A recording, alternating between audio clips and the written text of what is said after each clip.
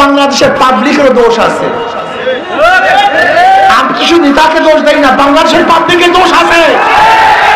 ওরা নির্বাচনের সময় 500-1000 টাকা নিয়ে ওদের বিবেক দেশ শান্তিকে বিক্রি করে দেয়। 500 টাকা 1000 টাকার মাধ্যমে বিবেককে বিক্রি করে, শান্তি বিক্রি করে, দেশটাকে বিক্রি করে দেয়। একটা মোরগ কেনা যায় 1000 টাকা, আর তোমাকে কেনা যায় মাত্র 500 টাকায়। একটা মুরগির দামের চেয়ে তোমার দাম কম, লজ্জা থাকা উচিত।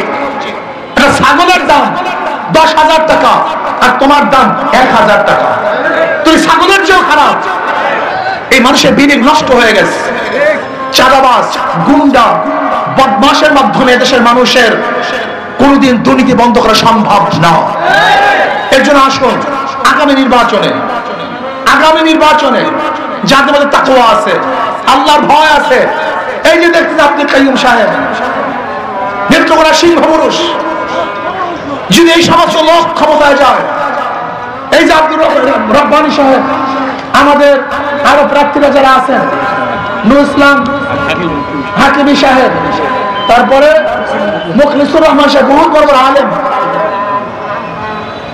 এর বড় বড় আলেম, এদের হাতের মধ্যে চাঁদাবাজির কোনো ছোঁয়া নাই, এদের হাতের মধ্যে জুলুমের কোনো ছোঁয়া নাই, এদের হাতের মধ্যে খুনের রক্ত নাই, অত্যাচার অবিচারের রক্ত নাই। এরাই যদি ক্ষমতায় যায় তাহলে এদেশের মানুষ মুক্তি পাবে, শান্তি পাবে। আমরা সমস্ত ইসলামী দলগুলো ঐক্য হয়ে আগামী একটা বাক্স দেব। যেই এলাকায় যে ইসলামের প্রার্থী থাকবে আমরা তাকেই ভোট দেব, তাকেই নির্বাচিত করব, তার দল করবে ইনশাআল্লাহ। আমি বিশ্বাস করি আগামী দিনে আমরা সমস্ত ইসলামের পার্টিরা একত্রিত হয়ে একটা বাক্স দিতে পারি, তাহলে আগামী ইসলাম ক্ষমতায় যাবে, অন্য কেউ ক্ষমতায় যাবে না ইনশাআল্লাহ। ইসলামকে মানুষ ক্ষমতায় নিবে, অন্য কোন আদর্শকে ক্ষমতায় নিবে না ইনশাআল্লাহ। যারা ক্ষমতা আসে নাই তাদের অবস্থা দেখেছেন, প্রতিদিন খবর দেখেছেন, প্রতিদিন দেখতেছেন টর্চার সেল গঠন করছে ছাত্র দল। টর্চার সেলে মানুষকে হত্যা করা হচ্ছে, মারা হচ্ছে। আজকে ছাত্র দলকে খুন করছে, আজকে ছাত্র দলের মাধ্যমে যুব দল খুন হচ্ছে, আজকে বিএনপিকে হত্যা করছে, আজকে পাথর দিয়ে তাকিয়ে বাংলাদেশের মানুষকে হত্যা করা হচ্ছে, আজকে ইট দিয়ে তাকিয়ে মানুষকে ঠেকনা করা হচ্ছে। না, এই বাংলাদেশ আমরা দেখতে চাই নাই। আসুন, কোন দল নয়, কোন ব্যক্তি নয়, যতদিন পর্যন্ত আল্লাহর জমিনে আল্লাহর হুকুমত কায়েম না হবে ততদিন পর্যন্ত জীবন দিবেন, রক্ত দিবেন, কিন্তু শান্তি পাবেন না। ওদের সব জায়গায় ধোঁকাবাজি। আপনারা দেখেছেন এক বক্তা বিএনপির বক্তব্য দিয়েছেন, ঠ্যাং ধরেন, এটা খারাপ কিছু না। নির্বাচনের সময় আপনি ঠ্যাং ধরবেন আর 5 বছর আপনার ঠ্যাং ধরবে। বক্তৃতা দেখেছেন? বিএনপির এক বক্তা বলেছেন, যারা বলছে নৌকা ধানের শীষ, 2 সাপের 1 বিষ, তাদের জিভটা কেটে দিবেন। খুন্তা, খুড়াল, দাও, কাঁচি যা আছে তা নিয়ে তাদের জিভটা কেটে কালো কুত্তাকে খাওয়াবেন, যা কেস হবে আমার নামে হবে। এই বিএনপির বক্তব্য। আপনারা আজকে দেখেছেন বিএনপির নেতা বলেছে, ওসি সাহেব হুমকি দিয়েছে, ওসি সাহেব আমাদের কথা অনুযায়ী চলতে হবে। আপনারা দেখেছেন যে সিলেটের পাথর, সাদা পাথর সব হজম হয়ে গেছে। আপনারা দেখেছেন 3000 কোটি টাকার পাথর লুটপাট করেছে। এমন কোন জায়গা নাই যেখানে চাঁদা দিতে হয় না, এমন কোন ব্যবসায়ী নাই যারা চাঁদাবাজের কবলে নাই। আজকে আমার মা বোনদের অবস্থাটা কি? ভোলায় তজিমুদ্দিনে দেখেছেন, তার চাঁদা না দেওয়ার কারণে স্বামীর সামনে স্বামীকে বেঁধে রেখে স্ত্রীকে এই বিএনপির লোকজন ধর্ষণ করেছে। আপনারা বগুড়ায় দেখেছেন, বাবা মেয়েকে বিবাহ দেওয়া রাজি না হওয়ার কারণে মেয়ের সামনে বাবাকে হত্যা করেছে এই বিএনপির লোকজন। আপনারা দেখেছেন যে আজকে বিএনপির লোকজনের অবস্থাটা কি? চাঁদা না দেওয়ার কারণে মানুষকে হত্যা করছে, টর্চার সেলে নিয়ে অপমান করছে, অপদস্থ করছে, মারপিট করছে।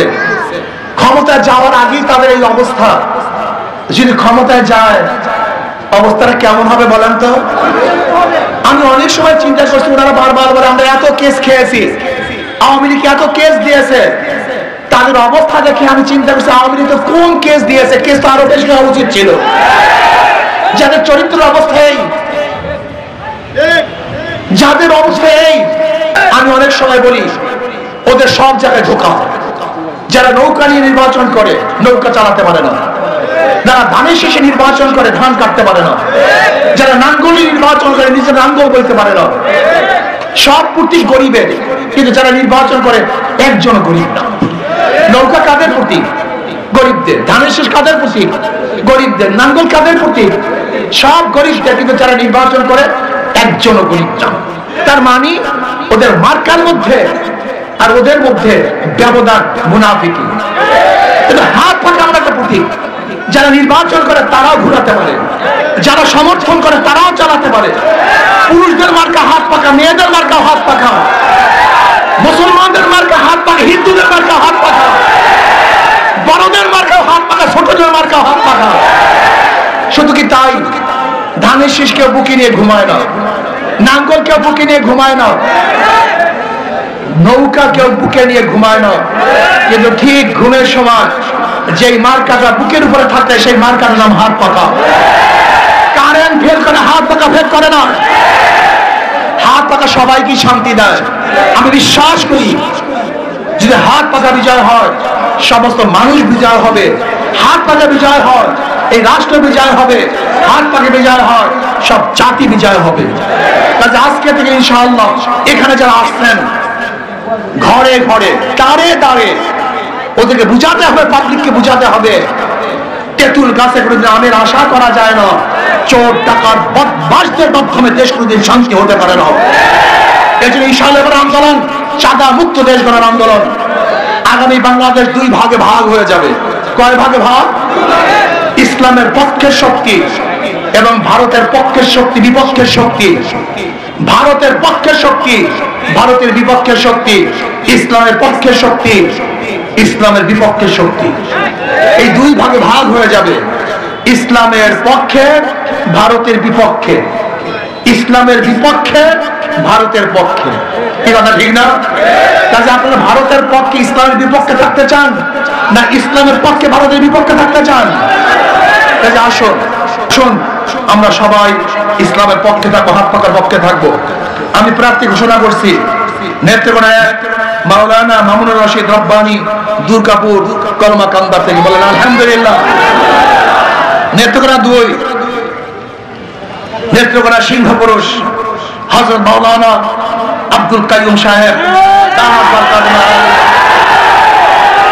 ইনশাআল্লাহ বিপুল ভোটে বিজয় করতে হবে। ইনশাআল্লাহ বিপুল ভোটে বিজয় করতে হবে।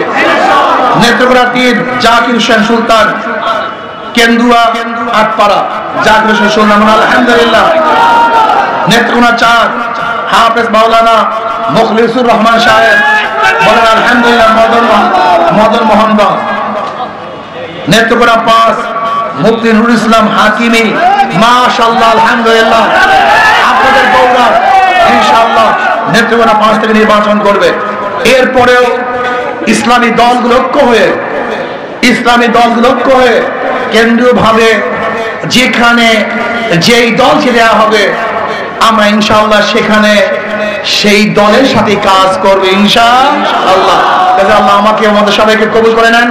এখন থেকে নেত্রকোনার চেহারা পরিবর্তন করতে হবে, সব ইসলামের দাওয়াত দিতে হবে।